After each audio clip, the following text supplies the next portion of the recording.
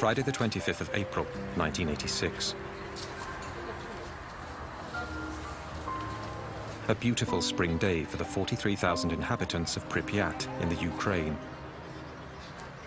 A day that will remain forever engraved in their memory.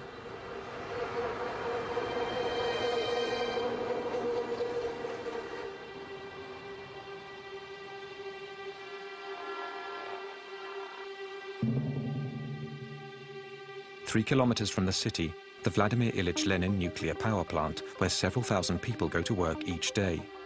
Tonight, the 176 employees of Block 4 have been ordered to carry out a test on a self-fueling system of the reactor, something that could save energy. At 1:23 a.m., the security systems are deactivated and the experiment begins.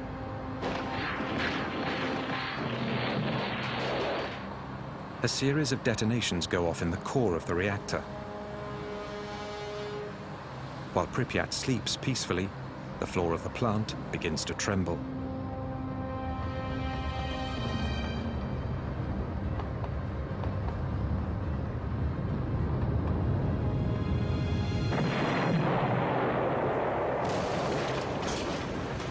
The 1,200-ton cover of the reactor suddenly blasts into the air.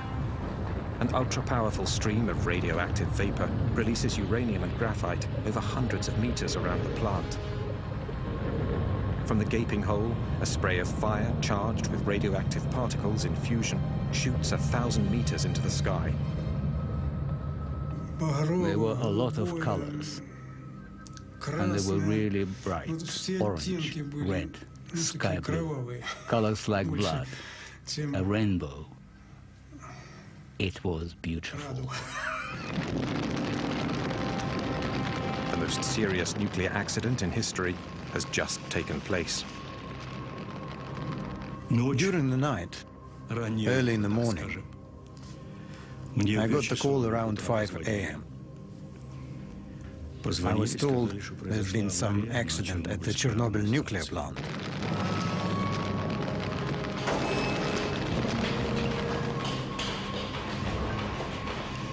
The first firemen on the scene battle the fire without the adequate protective gear. They pour tons of water on this strange fire, but nothing seems capable of putting it out. They are all exposed to lethal doses of radiation. 2 men die that night. 28 more will follow in the next few months. They are the first victims of Chernobyl. Nobody was prepared for such a crisis. For the next 7 months, 500,000 men will wage hand-to-hand combat with an invisible enemy. A ruthless battle that has gone unsung, which claimed thousands of unnamed and now almost forgotten heroes. Yet, it is thanks to these men that the worst was avoided. A second explosion, 10 times more powerful than Hiroshima, which would have wiped out half of Europe. This was kept secret for 20 years by the Soviets and the West alike. Many of these images have never been seen before. They were taken by journalists who were also exposed to nuclear contamination, some of whom later died. Those images tell the story of a hidden war, whose consequences continue 20 years later to worsen the toll of the disaster. This is the true story of the Battle of Chernobyl.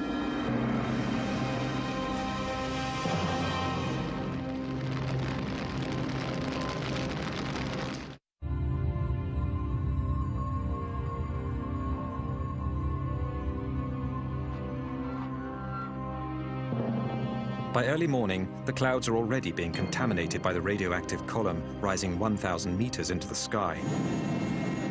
Igor Kostin was a photographer with the news agency Novosti.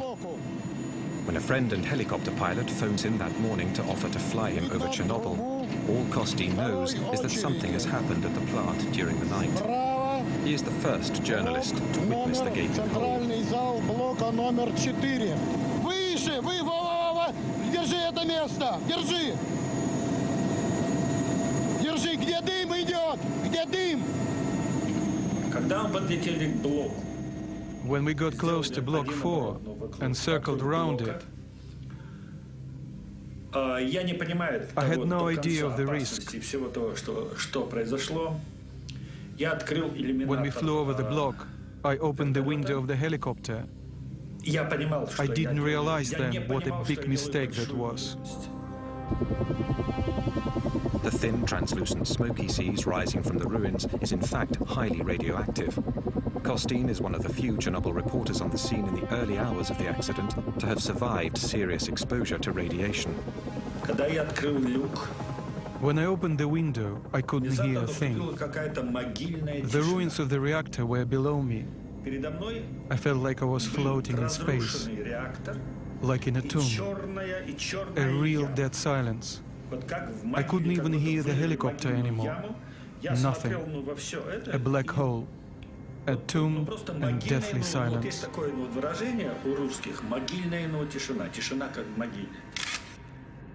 This is the first picture ever taken of the breach.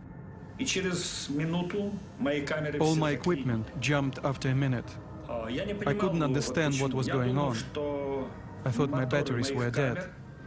I only managed to take a dozen photos. Once I returned to Kiev, I processed my pictures, and I noticed the negatives were black, and the colors very poor. I didn't know it yet, but the photos had been exposed to radioactivity. At the core of the blown-out reactor, and buried under 14 meters of rubble, the graphite surrounding the nuclear fuel burns and melts the uranium. The radioactive fallout is going to be 100 times greater than the combined power of the 2 atomic bombs dropped on Hiroshima and Nagasaki. At the Kremlin, 8 hours after the explosion, Gorbachev only has scant information on the situation. The first information consisted of accident and fire.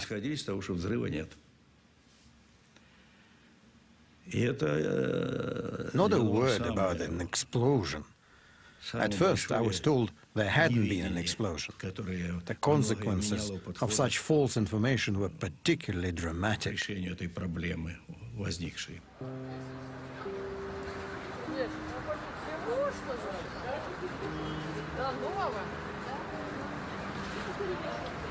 For Pripyat's 43,000 inhabitants, life goes on as usual. They know nothing of the disaster 3 kilometers away. The information we got was that everything was sound, including the reactor. When I asked the academician Alexandrov, he told me the reactor was absolutely safe. It could even be set up on a red square. It wouldn't be any different than a samovar, like putting a kettle on red square.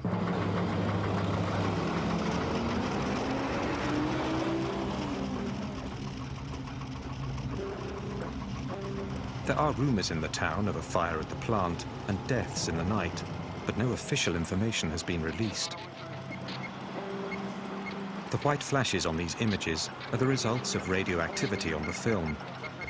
People in the streets hardly blink an eye at the masked soldiers scattered throughout the city.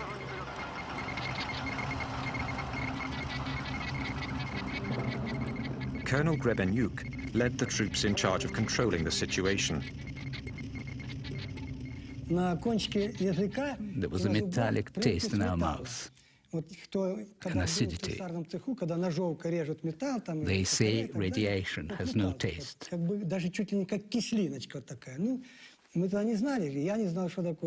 was only later we realized it was the taste of radioactive iodine.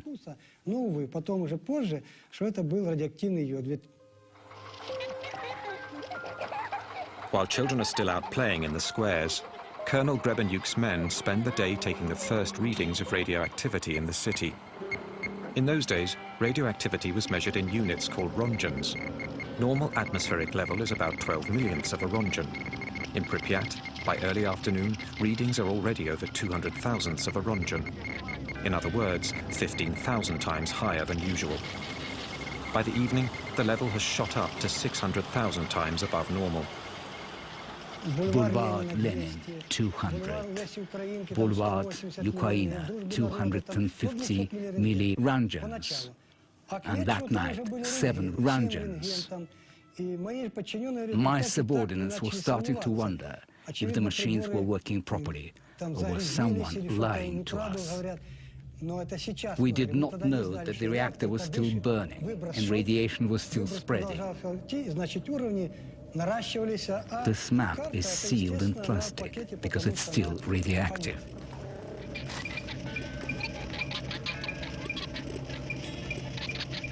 It's thought that a human being can absorb up to 2 Rongens per year without being affected. But the body is lethally contaminated if it receives over 400 Rongens. During that first day, the inhabitants absorb over 50 times what is considered to be a harmless dose. Such a pace, they would have received a lethal dose in 4 days. To understand what is going on, the colonel sends a patrol to take the first readings at the base of the plant.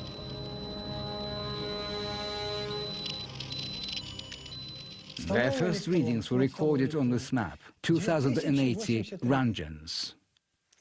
I was worried about my subordinates. How could I send them in there? At these astronomical levels, 15 minutes is all it takes for a human being to absorb a lethal dose of radiation.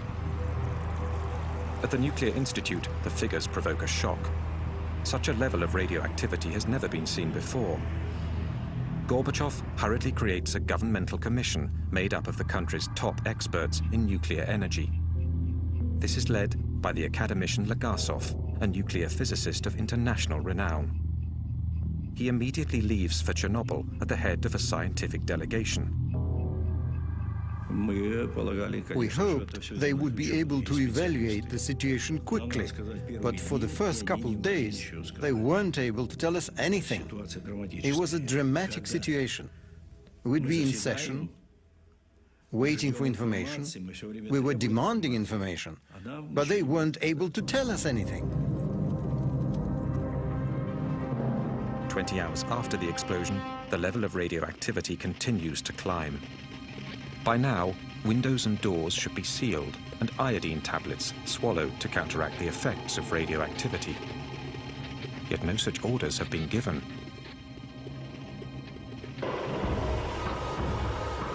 Despite rising tensions in the city, the population has still not been informed of the situation. Yulia Marchenko was only 5 at the time. She lived in Pripyat with her family. Her father worked at the plant. My parents took me to the daycare center, like usual. Everything was absolutely normal. My father already knew there'd been an accident, but no precautions had been taken yet. 30 hours after the explosion, the first security measures are enforced.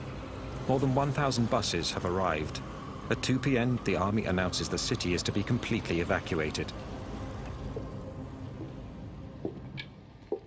Я помню, что в садике нам давали таблетки. Это йодинистый калий. I remember the teachers at the kindergarten gave us iodine pills. Then parents came to pick up their kids. Everyone was running around, but they weren't panicking. Не было вот общей какой-то такой вот паники. We thought we were only going to be gone for 3 days.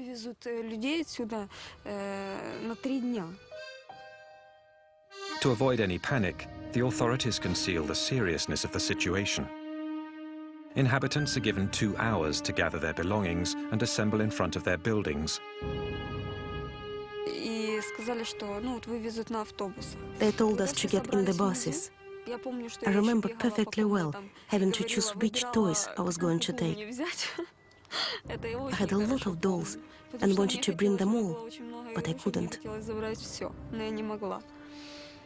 We couldn't even take any warm clothes. People have to leave everything they own, their entire lives behind. They will never return.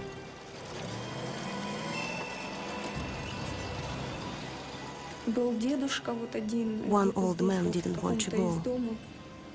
He stayed behind. They found his body a few weeks later.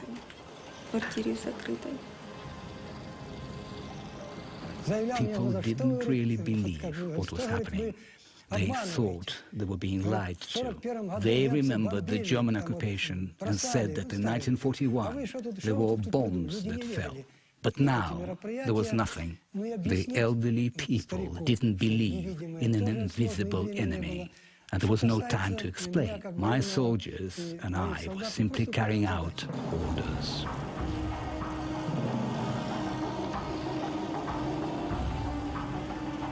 In 3.5 hours, 43,000 people are evacuated tearfully but peacefully.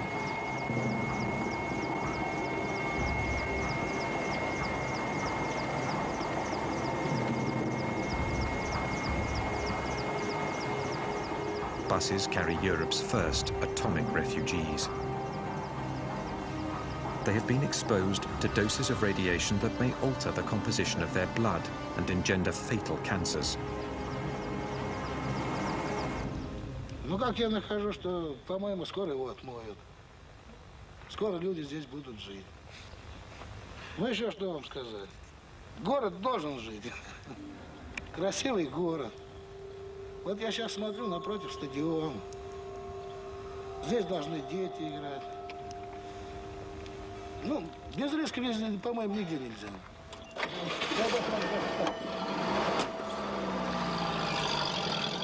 48 hours after the disaster, the only people left in the ghost town are the military personnel and members of the scientific delegation, headquartered at the Pripyat Hotel.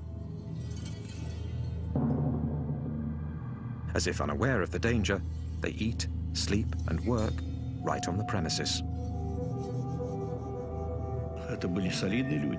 These were upstanding people, specialists. I couldn't believe they would do something irresponsible or suicidal. No, it meant they'd underestimated the situation. The old criteria were no good anymore. There have been nuclear accidents before, in our country as well as in the US, but that information had been kept secret. There'd never been an accident of this scope. They even thought the reactor would be back in service by May or June. Meanwhile, clouds filled with radioactive particles are being blown north by the wind. Between the 26th and the 27th of April, they drift over 1,000 kilometers above Russia, then over Belarus and the Baltics. On the 28th, they hit Sweden, where the rise of radioactivity is detected near one of their nuclear power plants. Soon after, television news alerts the population. Radioactive dust from Chernobyl rains down on Stockholm. The authorities send a squadron of fighter planes to take readings in the clouds. The level of radioactivity suggests there's been a major accident somewhere. 60 hours after the disaster, still no official word has been reported outside of the Soviet Union. The Swedish Minister of Energy phoned me on the Monday, and I was in my office in Vienna, and she told me that they had measured very much increased radioactivity near our power plant in Forsmark in the east of Sweden, and they had concluded that it must have come from abroad. Did we know anything about it, was her question. And we said that no, we did not, but we are ready to contact others, and we contact the Poles. They didn't have any nuclear power plant, but if there was anything else that could have happened there, we contacted the Russians, of course. What has happened? An explosion, a radioactive cloud, serious contamination. It was Sweden that alerted us. 3 days after the accident, while Gorbachev is still trying to gather data, American and European spy satellites turn to the Soviet Union and discover the ruins of the Ukrainian plant. The smoke wafting from the gaping hole shows up clearly in thermal vision. In the evening of that Monday, the 28th it would be, we had a message from Mr. Petrosian, who was the head of Atomic Energy Commission in Russia, in which he told us about the accident. And about the same time, the Russians actually released the information to the world. Obviously, over at the Politburo, we immediately decided it was essential that all facts be reported to us from then on.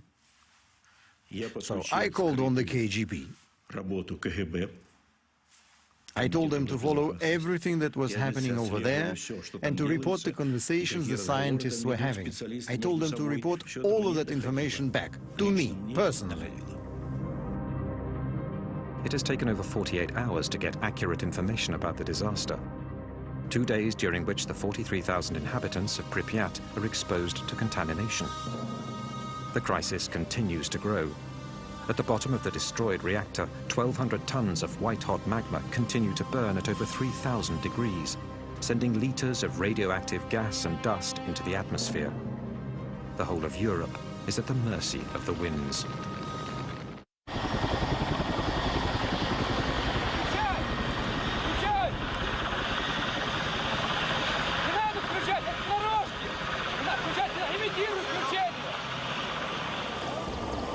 On the third day of the crisis, General Antochkin and his fleet of 80 helicopters are sent from Moscow to fight the blaze and put the fire out.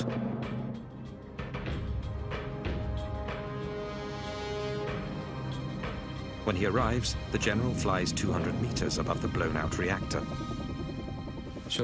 Because of the fire, the temperature at that height was between 120 to 180 degrees Celsius. Our dosimeter, the instrument for measuring radiation, only went up to 500 Röntgens. The needle was going crazy. It was completely off the scale. I think there were at least 1,000 Röntgens at a height of 200 meters. Even at that altitude, a half hour of exposure could be lethal. The strong current of radioactive hot air streaming up from the reactor makes it impossible to get closer. They will have to improvise some way of carrying out their mission.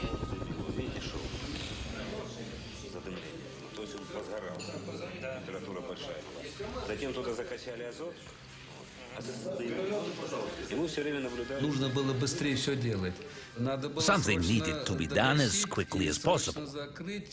Put out the fire and seal up the reactor to be able to get close enough to do other work.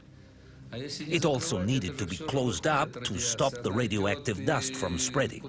It was getting blown off by the wind. We really needed to act fast. A gigantic ballet begins.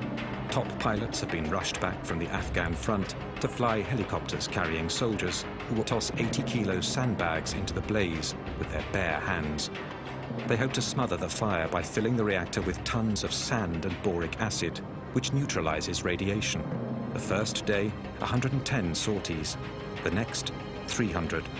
The radiation level above the reactor is over 3,500 Röntgens, almost 9 times the lethal dose. Some of the pilots make up to 33 flights in a single day. Each time they went, they received 5 or 6 Röntgens. If they were slow, it was even more. After throwing 6, 7, 8 bags, they were drenched in sweat from the heat. After a few missions, my soldiers would go wash up and eat. After a while, they'd start throwing up.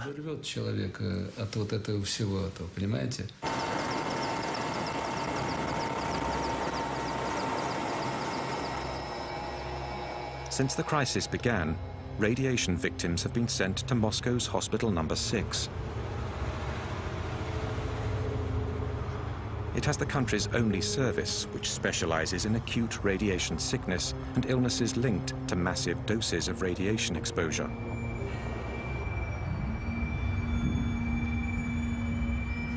The initial symptoms of radiation sickness, vomiting, nausea and diarrhea, are followed by a latency period.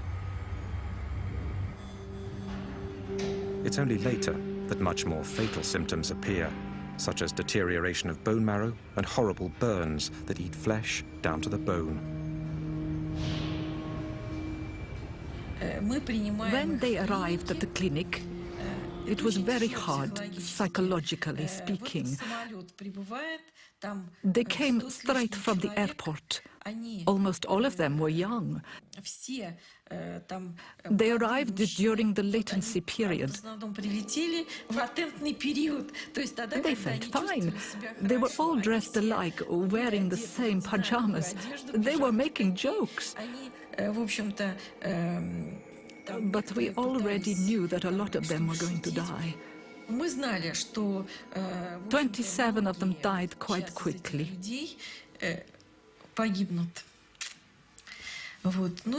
They'd all received huge doses of radiation and were suffering from life-threatening burns. Большие дозы облучения, и особенно большинство из этих людей имели несовместимую с жизнью ожоги радиационные. For 15 years, only the first victims will be acknowledged by the authorities.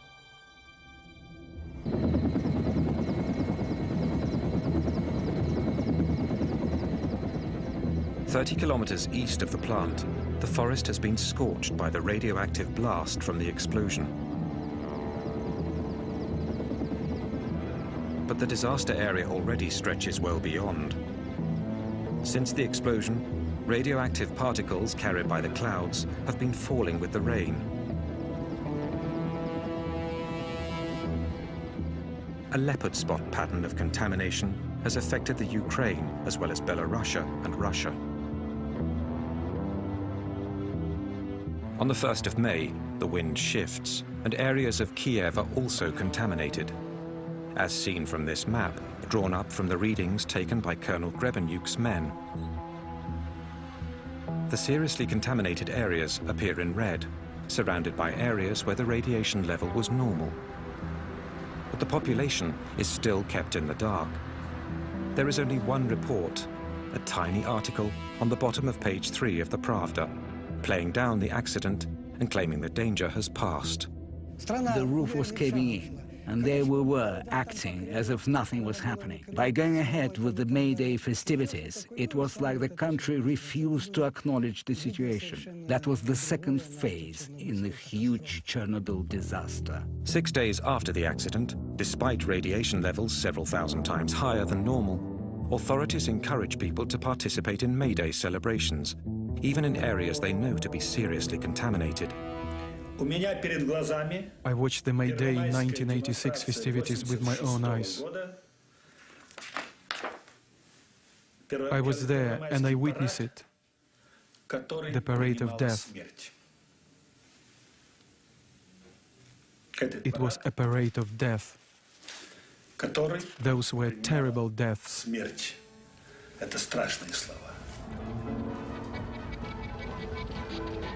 Disturbingly, all footage of May Day 1986 has now disappeared from the Ukrainian National Archives.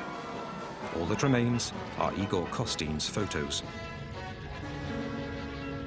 Sherbitsky, the first secretary of the Ukraine, also went to the festivities with his family and his grandchildren. It's true that, in theory, that seemed very important to us, to avoid any panic. But had we known how much radioactivity was already in the air...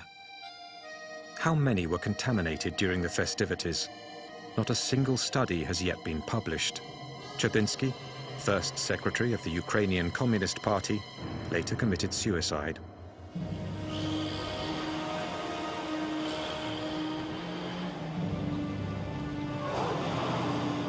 One week after the explosion, the exodus continues.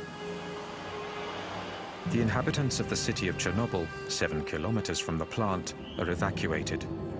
So are all the villages within a 30-kilometer radius around the plant. 130,000 people are moved, many of whom have already been dangerously contaminated.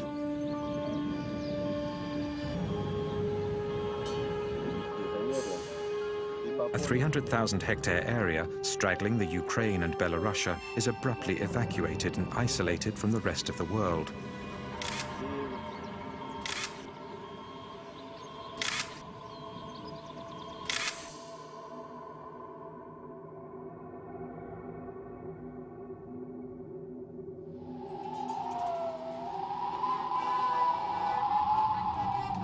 A vast region uprooted, an entire culture ripped from its land, a world wiped out in a few days' time by an invisible enemy.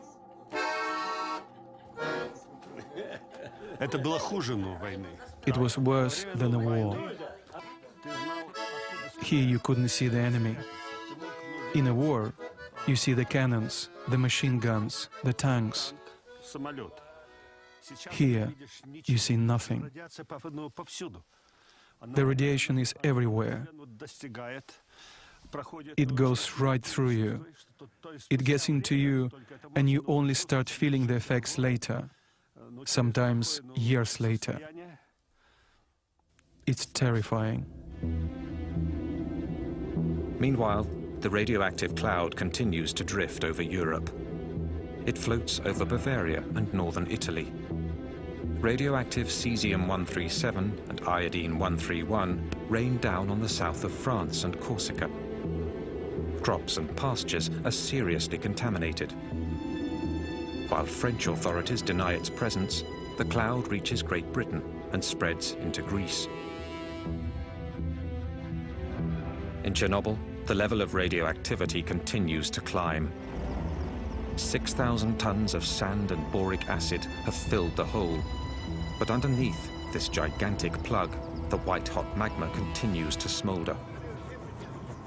10 days after the disaster, Gorbachev personally invites Hans Blix, director of the powerful International Atomic Energy Agency, to visit the site. He is the first expert and the first Westerner to visit Chernobyl.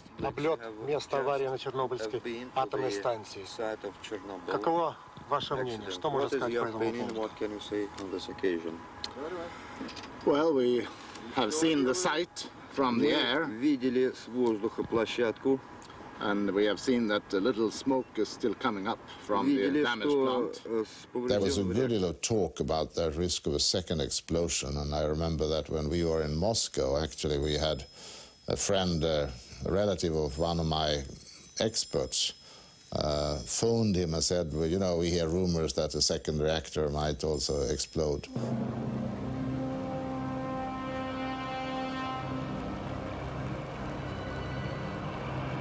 At the bottom of the reactor, 195 tons of nuclear fuel are still burning, giving off incredible heat that is gradually melting the sand. On the surface of the plug, cracks begin to appear. Once we plugged up the hole, the temperature started to rise. We were afraid because it could have caused another explosion. It was terrifying. Scientists came to take readings. They were very worried. They were afraid the critical temperature would be reached and it would set off a second explosion. That would have been a terrible tragedy. The cement slab below the reactor core is heating up and in danger of cracking. The magma is threatening to seep through. The water the firemen poured during the first hours of the disaster has pooled below the slab. If the radioactive magma makes contact with the water, it could set off a second explosion even more devastating than the first. The country's top experts are called into action. Vasily Nestorenko was one of them. At the time, he was working on improving the Soviet Union's intercontinental nuclear missiles. If the heat managed to crack the cement slab, only 1,400 kilograms of uranium and graphite mixture would have needed to hit the water to set off a new explosion. The ensuing chain reaction could set off an explosion comparable to a gigantic atomic bomb. Our experts studied the possibility and concluded that the explosion would have had a force of 3 to 5 megatons. Minsk, which is 320 kilometers from Chernobyl, would have been razed and Europe rendered uninhabitable. We had to stop the process. If it continued, it would have been an enormous disaster, an enormous nuclear disaster.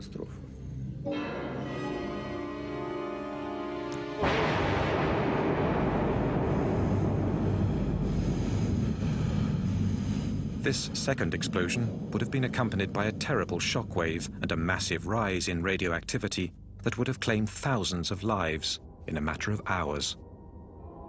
Thank God it didn't happen. There were trains with over 1,000 cars in Minsk, Gomel and Kiev, ready to evacuate the population. The situation is critical.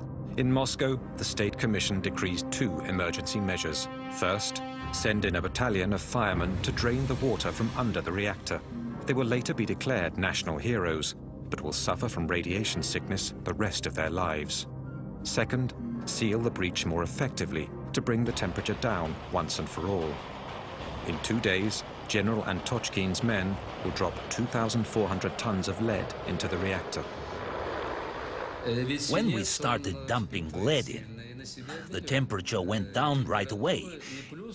It absorbed well and sealed the hole as it melted, so there was less radiation. But some of this lead melts when it hits the blaze and vaporizes into the atmosphere.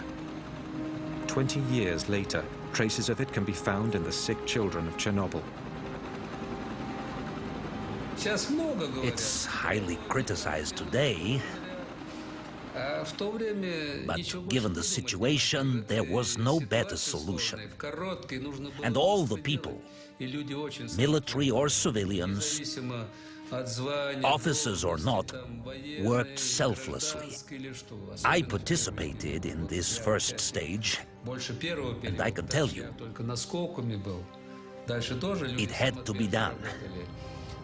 It was heroism. During this operation, 600 pilots are fatally contaminated with radiation. All of them will die, but their efforts only buy a few days. Although it has been covered over, the fire still isn't out.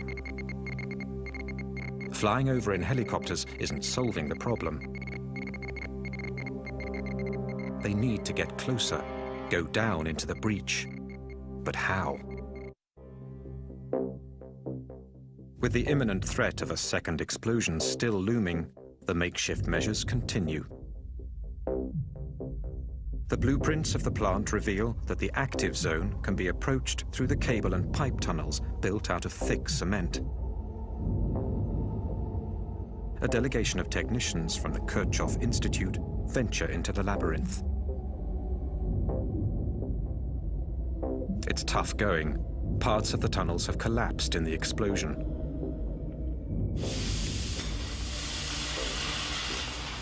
They pierce through the shell of the 4th reactor with a blowtorch and stick their radioactivity detectors and thermometers in, along with cameras. The result is terrifying. The radiation levels are astronomical, and their worst fears are confirmed. The white-hot magma has cracked the cement slab and seeped into the empty basin. It is now threatening to sink even further. There was a 5 to 10% risk of explosion. We drained the water from under the reactor, but something absolutely had to be done. Something had to be put underneath the reactor to keep the magma from seeping down. Something had to keep it from falling in. Nothing is stopping the magma from seeping even deeper into the sandy subsoil. And beneath the reactor lies a huge stretch aquifer that supplies the entire country with water.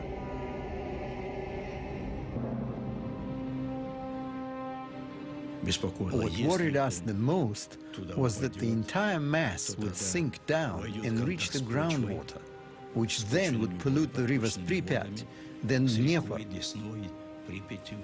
Kiev, the Black Sea. We absolutely needed to come up with a solution.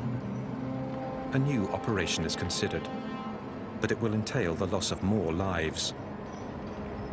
On the 12th of May, 1986, 17 days after the initial explosion, the miners of Tula, 1,000 kilometers from Chernobyl, receive a visit from the Kremlin, from the Deputy Minister of the Mining Industry. The minister spoke to us about the accident at Chernobyl. He said they needed miners from our region, the Moscow basin. He gave us 24 hours to gather our belongings. The next day, we were bused from that very square to the airport in Moscow.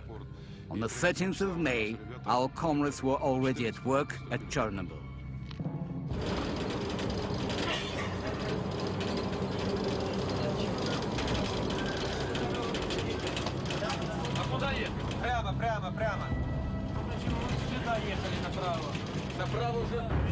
Their mission?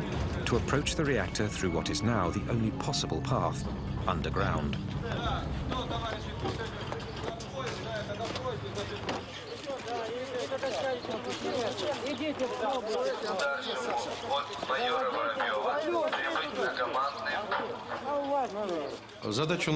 Our mission was this: dig a 150-meter tunnel from the third block to the fourth, a tunnel 30 meters long. Then dig a room 30 meters long and 30 meters wide to hold a refrigeration device for cooling down the reactor.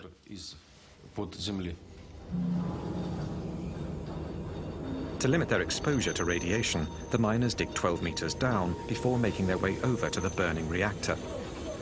There, they build a room 2 meters high and 30 meters wide, where a complex cooling system of liquid nitrogen will be set up.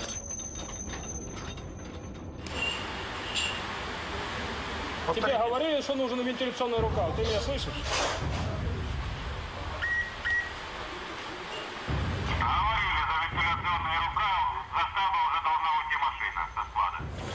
In 1 month, 10,000 miners from Russia and the mining regions of the Ukraine are sent down into the tunnel. They're between 20 and 30 years old. Inside the tunnel, which has no ventilation, the temperature hits 50 degrees Celsius, and radioactivity is at a minimum of 1 rontgen per hour. We worked without any protective gear. The miners couldn't use masks because the filters would get damp after a few minutes. So everyone just took them off and kept on working without them, with our shirts off too. We drank water out of open bottles, which was really bad because the radioactive particles were ingested right into our body. One of our comrades swallowed a grain of sand that was highly radioactive. He died. How can we know what each of us breathed or ingested? The hardest thing was the lack of oxygen and the incredible heat. It was hot, hot, hot.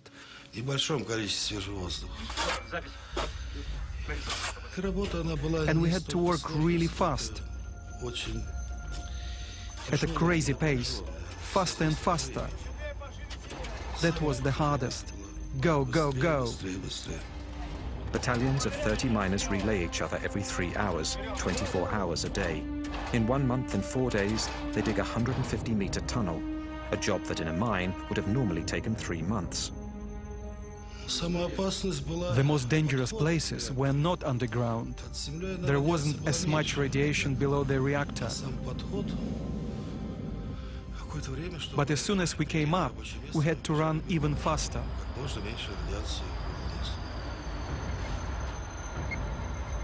Radioactivity at the mouth of the tunnel is 300 times higher. Not a single miner is spared from exposure. Not once are they informed of the real dangers they are facing.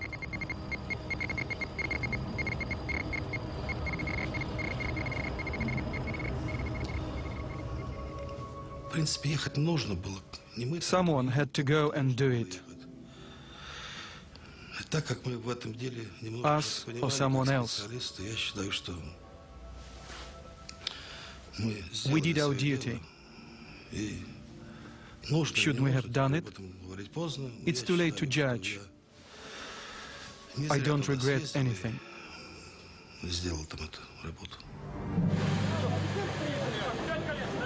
The miners accomplish their mission, but the cooling system is never set up below the reactor. The underground room is finally filled with cement to solidify the structure. The official position is that each miner received 30 to 60 rontgens, but survivors claim they received up to 5 times that amount. It is estimated that 1/4 of these men died before the age of 40. 2,500 lives lost that don't appear in any official statistic. While the miners are still digging below the reactor, Hans Blix, with Soviet authorities, organizes a press conference in Moscow. Let me say that on behalf of the IAEA, we have expressed profound regret at the tragic accident, the loss of lives, and the damage which has been caused. We have now agreed with the Soviet authorities to come to Vienna for a post-accident analysis.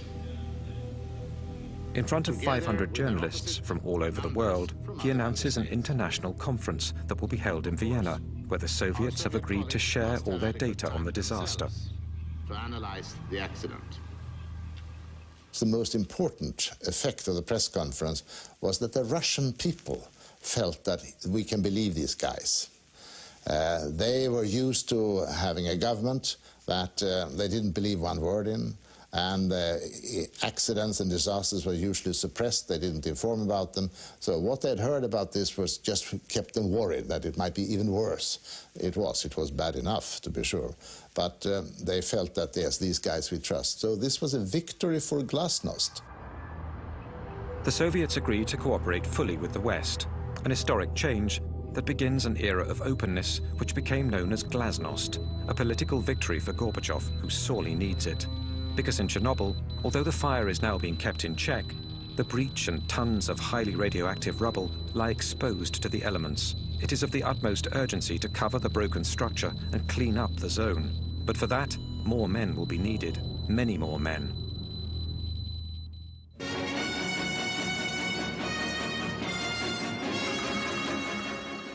Добрый вечер, товарищи. 18 days after the disaster, Gorbachev finally addresses the Soviet people. Авария на Чернобыльской атомной электростанции. Она больно затронула советских людей, взволновала международную общественность.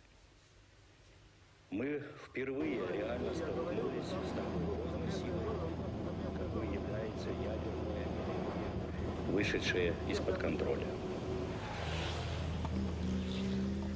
Вся работа, по сути, ведется круглосуточно. Задействованы научные, технические, экономические возможности всей страны. The entire country was mobilized. No bureaucratic formalities. If someone had what we needed, we took it. No formalities. We'd worry about the cost later. We took whatever we needed. It was a frontline situation. General Nikolai Tarakhanov is sent to command the land troops. In 1 year, 100,000 soldiers and officers passed through Chernobyl. They were all reservists. They were summoned up by top administration in their cities and sent to the front. Military personnel or civilians, officers or simple soldiers, all of them are liquidators, a term invented for the Battle of Chernobyl. Their mission? Clean up, liquidate the radioactivity. Сначала ходишь первые дни, прячешься, одеваешь маску, а потом уже забываешь, даже на производстве уже забываешь одевать ее. Уже как дома, чувствуешь себя действительно, привыкаешь здорово. Все улыбаются, все довольны. Водку не продают. Вообще в Москве такой слух был, что на Чернобыль приезжает, водителям каждый день дают 150 грамм этого. Я с женой разговаривал 150, и да. рассказываю, говорю, в столовую заходишь 150, выходишь 150. Она, ты хоть закусывай.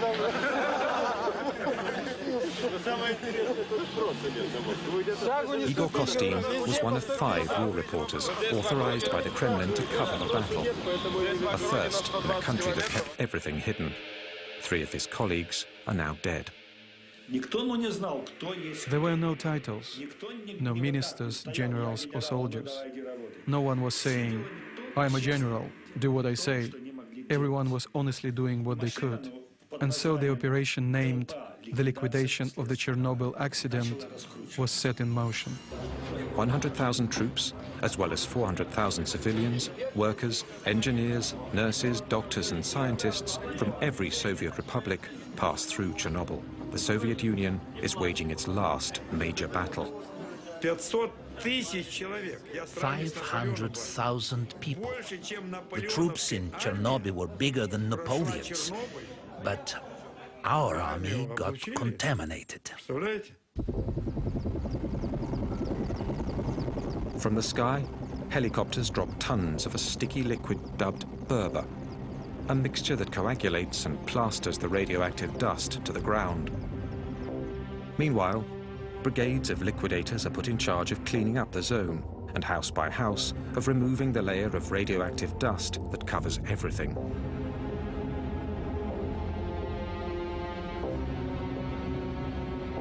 Создавались специальные бригады охотников.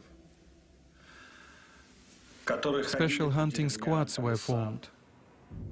They patrolled the countryside and forest with rifles, killing cats and dogs.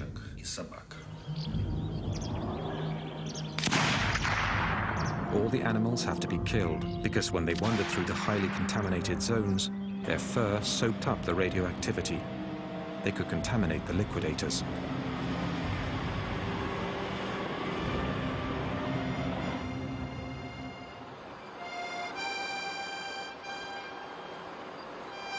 The last villages with people still remaining in the zone are evacuated.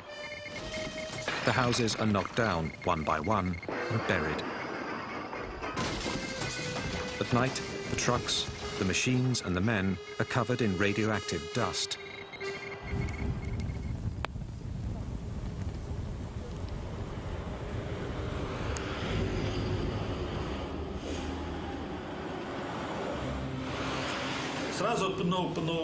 We would wash 5 or 6 times in the shower. We helped each other. We used a hemp glove and the roughest soap available.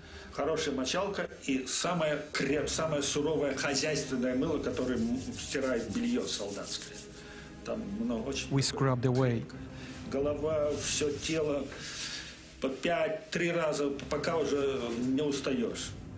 We put on new clothes, then we ate. We ate really well there, because you need to keep your strength up to fight the ionizing radiation. Ionizing radiation seeks out the weak spots in your body.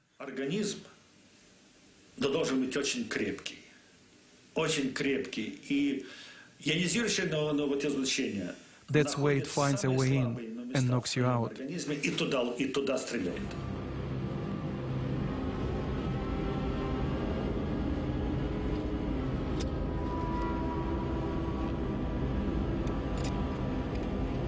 Around the plant, a colossal operation is set in motion. It goes on 7 days a week without a single day off. 300,000 cubic meters of contaminated earth are bulldozed into huge ditches and covered over with cement.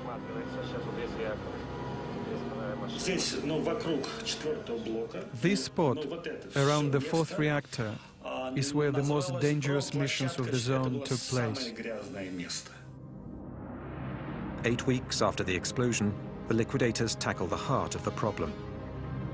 In order to neutralize the toxic waste for the long term and prevent it from spreading even more, the entire blown-out reactor has to be isolated. Lev Bolchakov was one of the engineers who designed the enormous structure that would entirely cover the 4th reactor. A sarcophagus of steel and concrete, 170 meters long and 66 meters high. It was one of a kind, a unique project. No one had ever built such a structure in a zone this radioactive. You could only work a few minutes at a time. That had never been done before.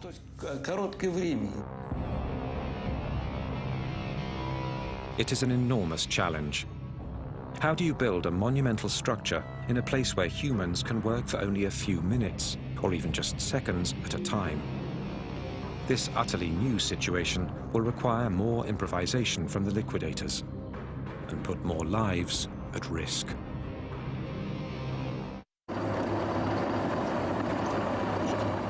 It has now been more than 12 weeks since the initial blast at block number 4 of the Chernobyl nuclear power plant. To stop the deadly contamination, the final attack is launched.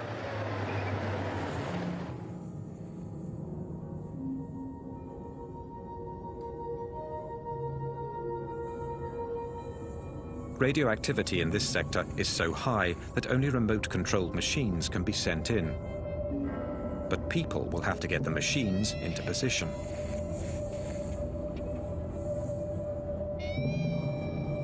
Workers can only stay a few minutes without receiving a fatal dose of radiation. With each second, their lives are more and more threatened. Here's one of the armored vehicles. It looks primitive, but we had to build them ourselves. We lined the cabs entirely with lead to protect our soldiers from the radiation as best we could.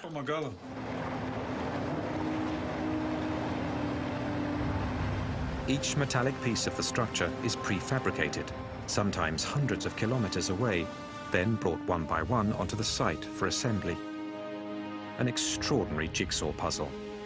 Beams 150 tons and 70 meters long. Buttresses 45 meters high. That's the Dimak 4000.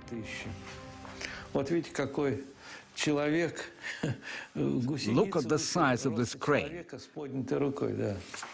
We couldn't work very long on the side, and there was no room for error. The slightest miscalculation, and it would have been impossible to fit it all together.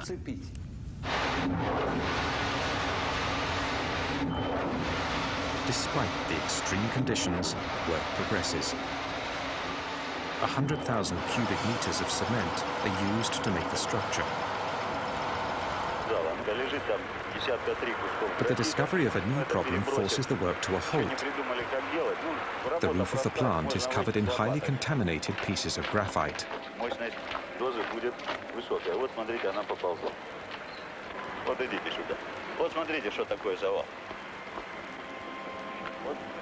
Вот здесь, в том месте, где мы стоим, сейчас 10 рентген. Это будет примерно 1000. Вот около вот этого колпака примерно 200. Все, пойдемте. На сегодня хватит нам. Выходим, пойдемте. И ты тоже выходи оттуда. These pieces of graphite enveloped uranium rods. They've been blown from the reactor during the explosion. One single piece gives off enough radioactivity to kill a man in less than 1 hour. They absolutely have to be gotten rid of before construction continues.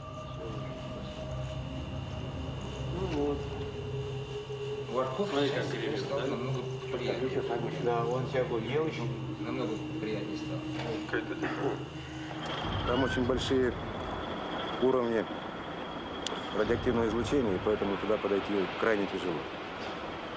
Ну и зачем туда пускать людей, когда может техника сработать?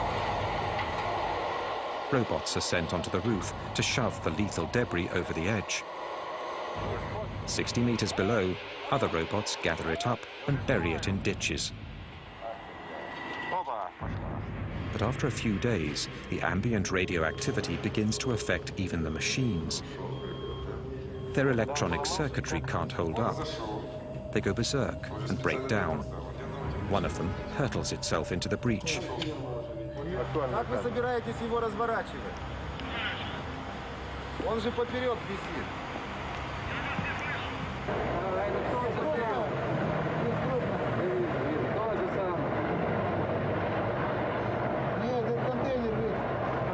On the roof, robotic machines are no longer an option.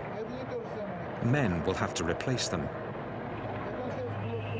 Russian soldiers nicknamed bio-robots for the occasion. This battalion of young reservists is preparing to go up onto the roof of the third reactor for the first time. They're between 20 and 30 years old, all of them reservists called to the front for the most dangerous and deadly Battle of Chernobyl. No human has ever worked in zones as radioactive as this. General Nikolai Tarakanov is in command of the operation and personally oversees every detail. down to the hand-sewn lead suits that every soldier is forced to make the night before the attack.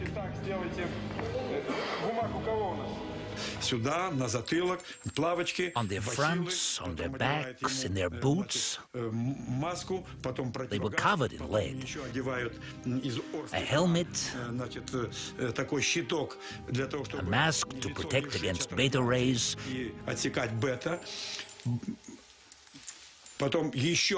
and a special apron. Double layers of protection on the hands. The whole uniform weighed 26 to 30 kilos.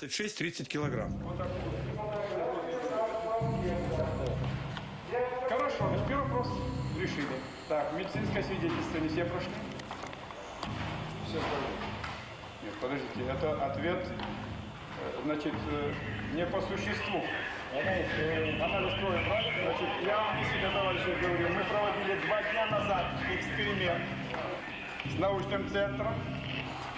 Офицеры ходили туда вместе со мной. Понятно? Значит, страшного, конечно, ничего там нет. Это ясно. Сегодня состоялось решение и правительственное. Они тоже идут туда же? Obviously, some people didn't want to go, but they had to. They were reservists. They had to go. For me, there was no question. I had to go do my duty. Who was going to do it for me? Who was going to clean up this disaster and stop the spread of radioactivity all over the world? Somebody had to do it. 2.5 weeks of hell. But hell only lasted 2 to 3 minutes for each soldier, or sometimes even just 40 seconds when the level was too high. We were careful to calculate out the time to save as many lives as possible.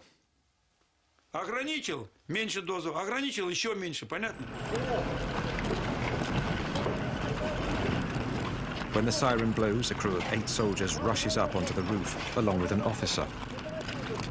Their mission is simple: shovel up the radioactive debris as quickly as possible and throw it off the roof.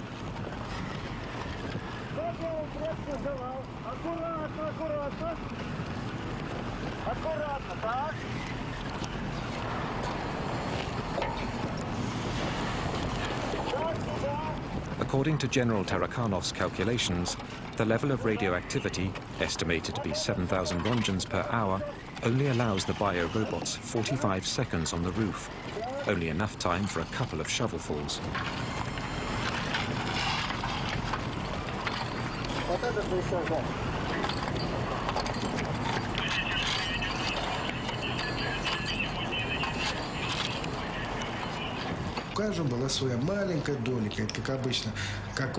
We were like ants. Just as some were finishing their task, others would immediately take their place.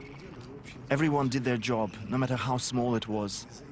And that's how, together, we were able to fight the radioactivity.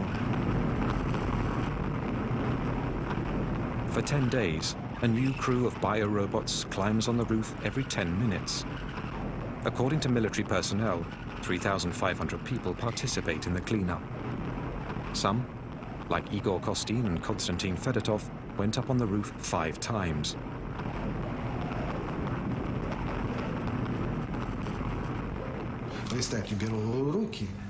We picked up pieces that were 1,500 rongens.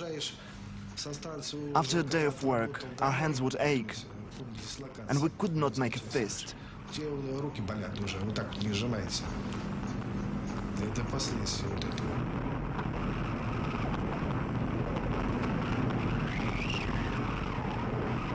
The first time I went up on the roof, I was struck by the mystical feeling there. It was like being on another planet. The whole thing was covered in radioactive waste. My hands were shaking. I didn't know what world I was in, and I started snapping photos.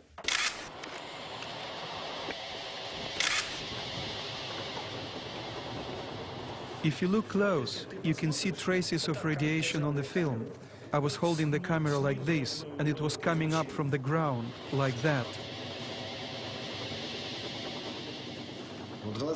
Your eyes hurt and there was a metal taste in your mouth. Those are the two things you felt. And once you felt that, you knew you had gotten more than your dose.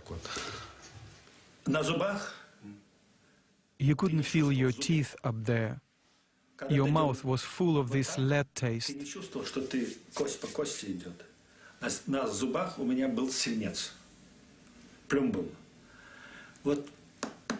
You went like this, but you couldn't hear anything. Everything was covered in lead. Even today, 20 years later, I can still taste the lead in my mouth.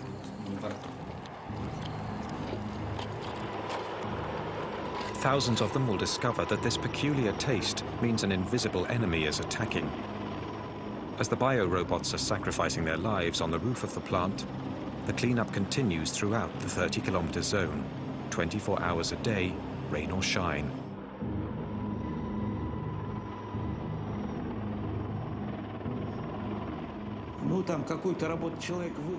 Where normally it would take one man 1 hour to do a job, here in Chernobyl it took 60 people.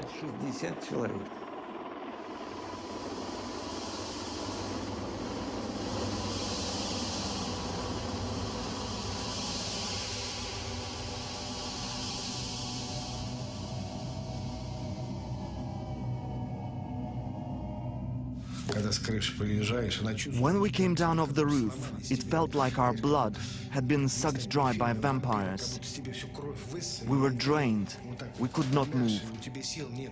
Some people would have nosebleeds. The firemen were right there. If someone's nose started bleeding, they got sent to the hospital. If we collapsed, we got sent home. But we wanted to hold out.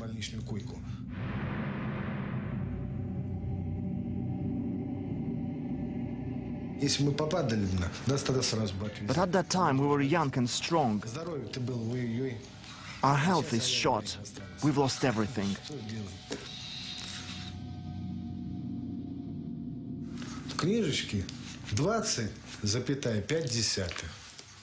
They wrote in my record that we got 20.5 Rongens. But what did that mean? That number was several times lower than the actual dose.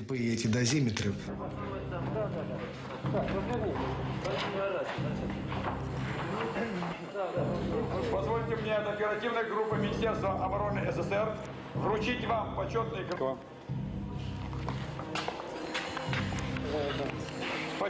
As a reward, each soldier receives a liquidator certificate from the army and a 100-ruble bonus, the equivalent today of about $100 US.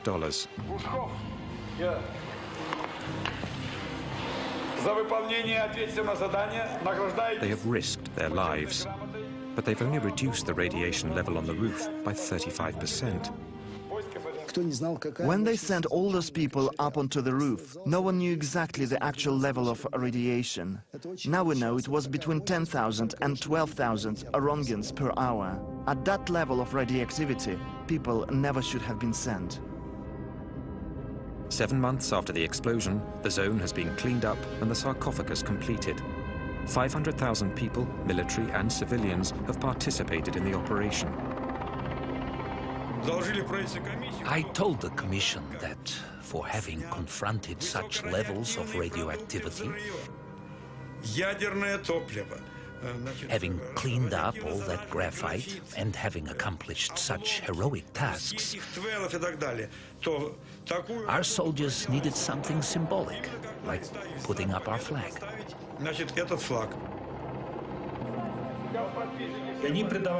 Putting the flag up was like putting the flag on the Reichstag. When the Red Army conquered fascism, for them, the flag was a symbol of their triumph over radioactivity.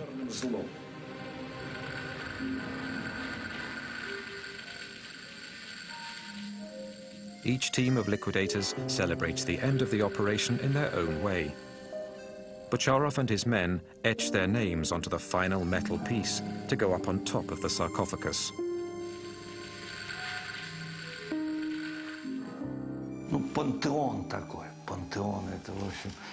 Our sarcophagus is a pantheon, a tomb, a mausoleum. Our second mausoleum. After that, we stopped building nuclear power plants.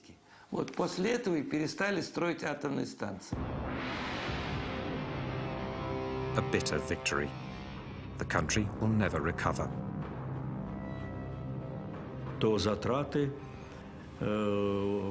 It cost us 18 billion rubles.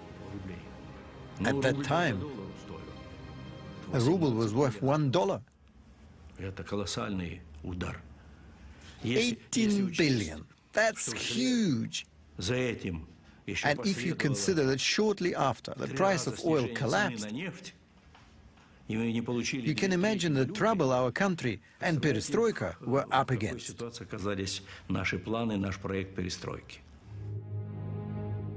The first snow has started to stick on Chernobyl. For the authorities, this proves the sarcophagus is airtight, at least for 30 years, or so they predict. The liquidators have gone home. Reactors 1, 2, and 3 are back up and running. The first Battle of Chernobyl has ended in a victory that heralded the end of the USSR. But for many, it also marks the beginning of a war that 20 years later still hasn't ended. 20 years later, Pripyat is still a ghost town. Accompanied by Igor Kostin, Yulia wanted to see the apartment where she lived with her family up until the fateful day of their evacuation. Contrary to what they've been told, not a single inhabitant was ever able to come back to live in the deserted buildings.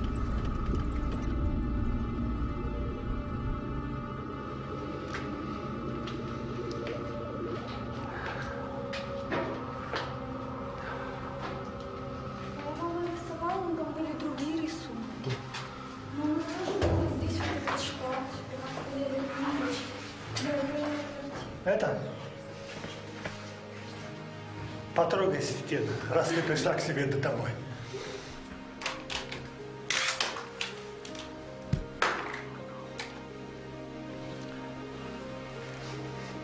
For Igor Kostin as well, the visit stirs up painful memories.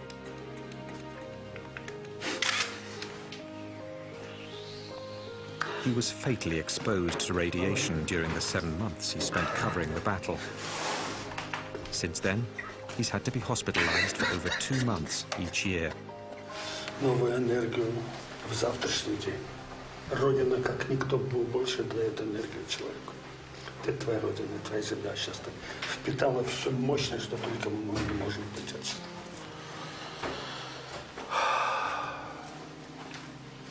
У меня такое ощущение, что здесь была всю жизнь.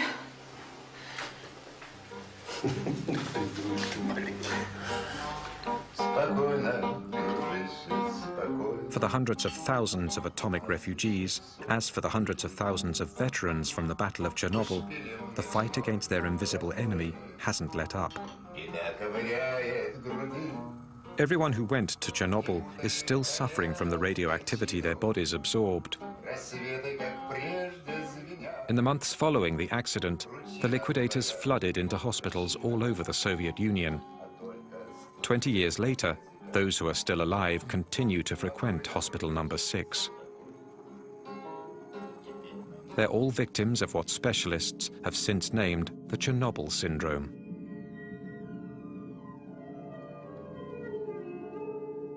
We've all got a bunch of symptoms: heart, stomach, liver, kidneys, nervous system. Our whole bodies were radically upset by the metabolic changes caused by radiation and chemical exposure. When the liquidators went back home, they were exhausted, incapable of going back to normal life. 20 years later, many of those who survived are disabled and unable to work. And the authorities appear to be ignoring their plight by cutting down their welfare money. The veterans of the war in Afghanistan are still alive, while we are slowly wasting away. I have written a poem about this.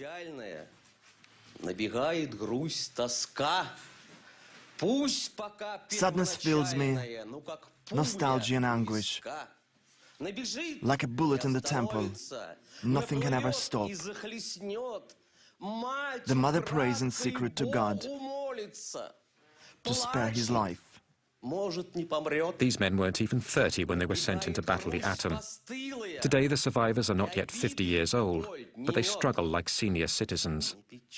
According to the military, of the 500,000 Chernobyl liquidators, 20,000 have already died. 200,000 are officially disabled. You don't know how long you have to live, or what disease is going to kill you. You don't know what effects it will have on your children, if you have any.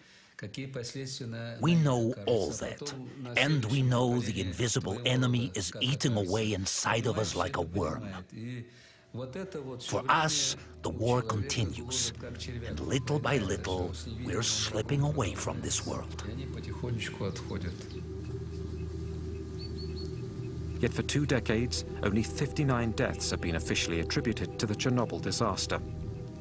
Not a single study has been carried out of the 130,000 refugees from the zone.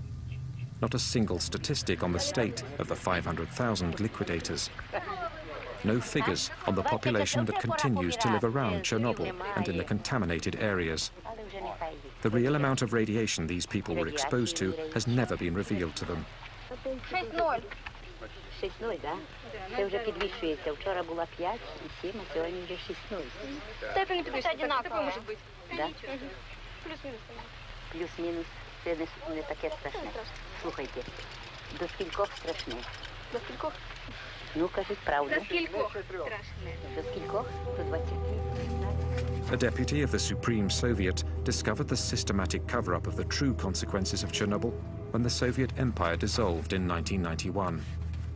Taking advantage of the anarchy in the country, she managed to get her hands on a copy of top-secret documents. 600 pages of a report to the Central Committee, written while the Battle of Chernobyl was still raging. When I read these documents, I discovered everything happened differently. I realized just how huge a lie the party leaders told. Decree number 12 stated that on the 12th of May 1986, 10,198 people had already been hospitalized. 345 showed signs of radio lesions. Yet at the same time, they were telling us everything was fine, that it was nothing serious, and I realized the scope of the lies. According to Allah, another passage reveals that authorities had arbitrarily changed the standards, multiplying by 5 what was considered the acceptable dose of radiation for the human body. When they raised the standard, suddenly people were miraculously cured. They were released from the hospital and sent home. It was criminal. The tendency to manipulate the numbers was not unique to the Soviets. In late August 1986, the first international conference assessing Chernobyl took place behind closed doors. It was presided over by Hans Blix. No journalists or outside observers were admitted into the amphitheater. The Russian delegation was led by Legasov, the man who'd been in charge of the governmental commission during the Battle of Chernobyl. When we put him in charge of preparing the report for the IAEA, we gave him the duty of reporting everything. He came up with a very detailed report that put everybody in a state of shock. Legasov spoke for 3 hours. His report concluded that in the decades to come, about 40,000 deaths from cancer caused by Chernobyl were to be expected. The Western world refused flat out to accept this estimate, which spurred a genuine East-West negotiation. These are theoretical calculations based upon the Hiroshima model, that you say that if you have a certain radioactivity, you know from Hiroshima that the long-term effect was so and so many would die from it. And if you then increase it by tenfold, you assume that it will be tenfold. Well, that's the calculation. This is not, I think, this is not empiric. There again, the figures were surprisingly flexible. By the end of the conference, people were no longer talking about 40,000, but rather of 4,000 probable deaths. Nearly 20 years later, in September 2005, this figure became the official death toll of the disaster. The staunchest opponents to the Soviets' policy of transparency were the French, who went as far as to deny that the radioactive cloud passed over their country. Est-ce qu'on a constaté quelque chose au-dessus de la France? Non, parce que les vents ne vont pas dans cette direction-là. Les vents tournent dans le sens inverse des aiguilles d'une montre. Il n'y a pas lieu du tout de s'inquiéter. C'est sans aucun danger pour la santé publique. 20 years later, in France, and especially in Corsica, cases of thyroid cancer of the same nature and severity as those around Chernobyl are being reported. The most dangerous element that came out of the Chernobyl reactor wasn't cesium or plutonium, but lies.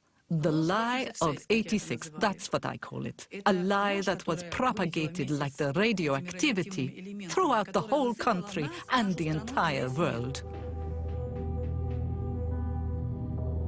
On the 27th of April 1988, the second anniversary of the disaster, Legasov, who'd worked so hard to unveil the entire truth, decided to put an end to his life.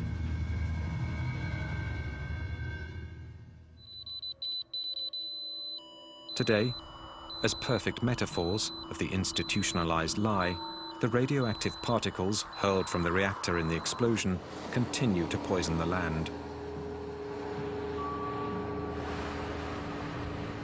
20 years after the disaster, the area of Chernobyl remains uninhabitable.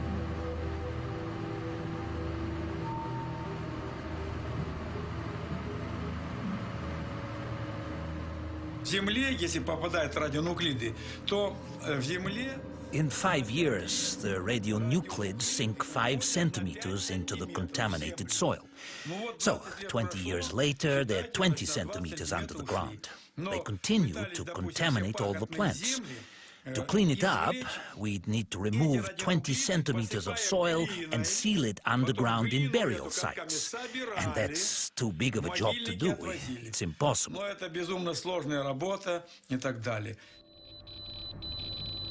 Today, 8 million people live in contaminated areas of the Ukraine, Russia, and especially Belarus. For 20 years, they've lived off the radioactive food that continues to contaminate them little by little. This issue, raised in 1986 by the Soviet delegation at the Vienna conference, has been systematically ignored. And yet, 1,152 children were treated for thyroid cancer between 1986 and 2002 at a specialized center in Minsk. How many in other cities? No global statistics have yet been made public. One doctor, Yuri Bandayevsky, has been studying illnesses among the populations in the contaminated areas ever since the disaster. When his findings were published in 1996, they were immediately condemned.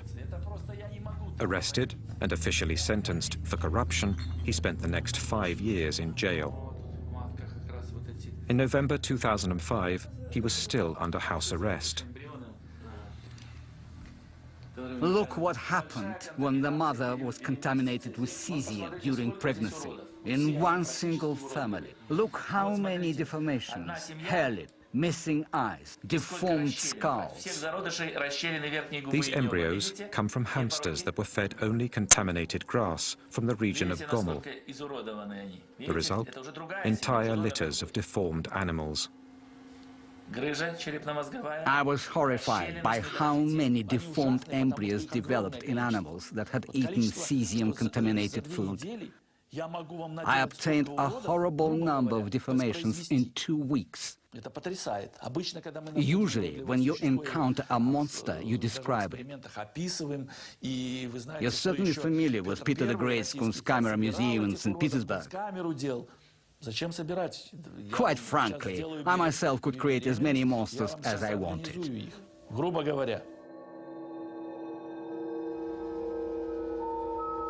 There's been no official study of genetic mutations stemming from Chernobyl. Yet despite the thousands of miscarriages and abortions that took place following the disaster, there seems to be hundreds of children who suffer the effects of radiation. The deformations we see among these children are similar to those of Bandayevsky's hamsters. In Belarusia, 300,000 children are currently suffering the consequences of contamination. NGOs like the International Green Cross, founded by Gorbachev after he was sidelined from the government in 1991, have opened treatment and support centers for victims of Chernobyl. They also organize therapeutic camps, aiming to teach the new generations in contaminated areas how to live with radioactivity. Like here, testing the contamination of their food. How many years is this going to go on? 800 years? 800 years. Until the second Jesus Christ is born. Until his return? Yes. Chernobyl played an important role for us all. And of course, we must keep searching and not skimp on means. We must strengthen international cooperation and create international scientific centers to find new sources of energy which are safer. That's the essential issue. I wouldn't wish for anyone, not my friends or my enemies, to experience such a tragedy. No one deserves to live through what we did in Chernobyl. We're all human beings, and no one deserves that.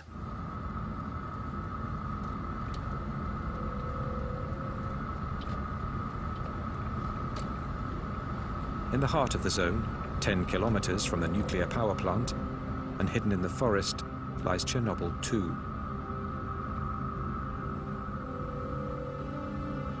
20 years ago, no one could get near this huge military radar.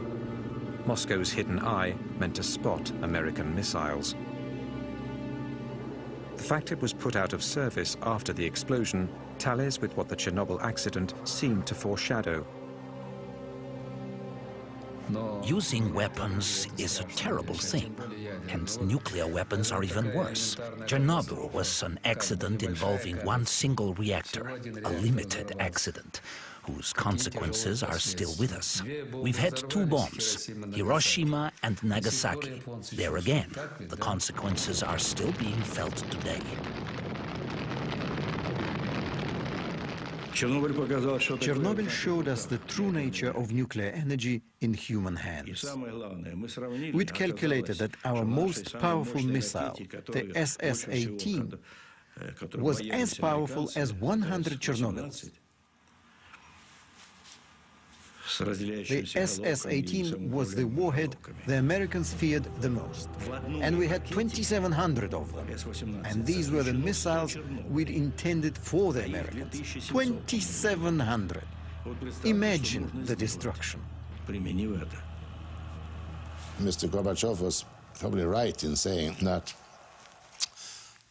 Chernobyl was a big illustration of radioactivity let loose.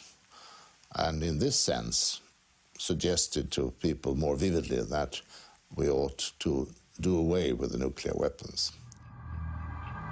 A year and a half after Chernobyl, Gorbachev retired all nuclear warheads with a range of 500 to 5,000 kilometers.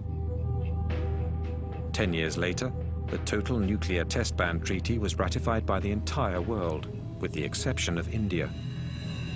Chernobyl marked the beginning of disarmament for the world's greatest nuclear rivals. Chernobyl convinced everyone. Soviets and Americans alike realized once and for all the magnitude of the atomic volcanoes our countries were sitting upon. Not just our 2 countries, but the entire world. The entire world. Yet 20 years later, the Chernobyl disaster and its lessons seem to be fading from memory. Meanwhile, beneath the aging sarcophagus of reactor number 4, the poison remains deadly. Since 2001, the 3 Chernobyl reactors have been shut down once and for all. But 20 years after the explosion, a dosimeter flies off the chart at the base of the sarcophagus. High levels of radioactivity, 100 times above normal, are still contaminating the plant's surroundings. The structure has been weakened by rain and erosion. Since its construction, 3,000 liquidators have been watching over it, trying to ward off damage.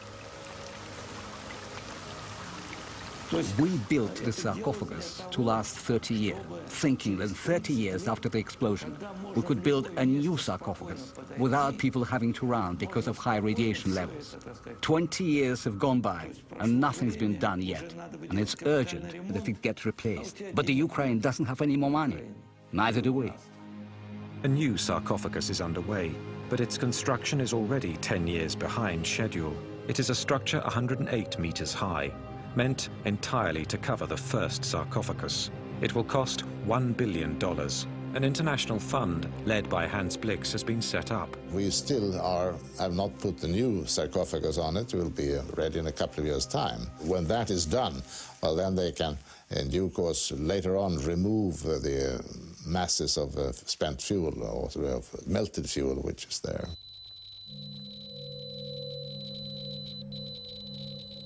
"20 years after the explosion, the cooled magma at the reactor's core, 14 meters underground, is still a terrible threat and will remain so for years to come.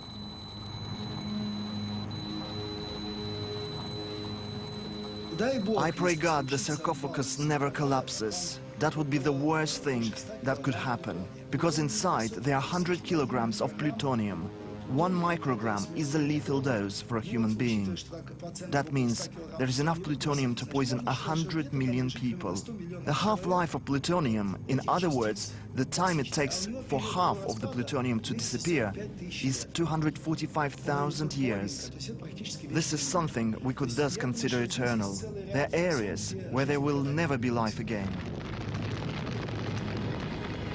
Despite this terrible warning, the nuclear disarmament sparked by Chernobyl is clearly coming into question today. If nuclear development for civilian uses is being put forward as a solution to the problems of fossil fuels and global warming, this landscape reminds us that such an option is not without consequences. It requires the greatest caution and clear information on the real risks it presents. Chernobyl also reminds us that if we must live with radioactivity and its unavoidable dangers, we also need to spare future generations from any risk of nuclear apocalypse.